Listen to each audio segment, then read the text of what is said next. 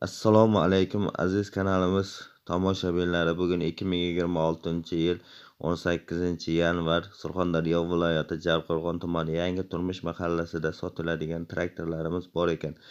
28 traktorimizni 12 million deyishayotgan ekan. Ekran tagidagi telefonlarga telefon qilib kelishaverasizlar narxlarini. 80 traktorimizni narxini 55 million deyishayotgan ekan. Mana ko'rishlaringiz mumkin. Va Nexia 1 avtomobilimizni 22 million deyishayotgan ekan. Bu hammasi bitta insonga tegishli. Mana shu ekran tagidagi telefon nomeriga telefon qilib narxlarini kelishib olishlaringiz mumkin. Holatlarini so'rashlaringiz mumkin.